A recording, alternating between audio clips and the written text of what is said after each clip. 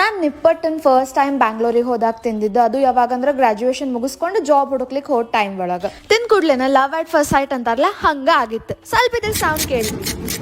ಇದನ್ ಮಾಡ್ಲಿಕ್ಕೆ ಮಿಕ್ಸಿಂಗ್ ಬೋಲ್ಗೆ 1 ಕಪ್ ಅಕ್ಕಿ ಹಿಟ್, ಗಿರ್ದಾ cup besan, 3 spoon chilli flakes, ಆಮೇಲೆ 1/2 ಸ್ಪೂನ್ ಜೀರಿಗೆ, ಅಜ್ವಾನ, ಕರಿ ಎಳ್ಳು, ಬಿಳಿ ಎಳ್ಳು, ರುಚಿಗೆ ತಕ್ಕಷ್ಟು ಉಪ್ಪು, 1 ಚಮಚ ಖಾರ ಪುಡಿ, 1/2 ಚಮಚ ಅರಿಶಿನ ಪುಡಿ, ಸ್ವಲ್ಪ ಹೆಚ್ಚಿಟ್ಕೊಂಡಿರೋ ಕರಿಬೇವು, ಕೊತ್ತಂಬರಿ, ಆಮೇಲೆ 1/2 ಕಪ್ ನೆನ್ಸಿರೋ ಹೆಸರು ಬ್ಯಾಳಿ, ಗಿರ್ದಾ ಕಪ್ ನೆನ್ಸಿದ ಕಡಲೆ ಬ್ಯಾಳಿ ಹಾಕಿ, ಆಮೇಲೆ ಹುರಿದ ಶೇಂಗಾನ ಸಿಪ್ಪಿ ತೆಗೆದು ಕಲ್ಲೊಳಗೆ ಸ್ವಲ್ಪ ಕ್ರಶ್ ಮಾಡಿ ಹಾಕ್ರಿ.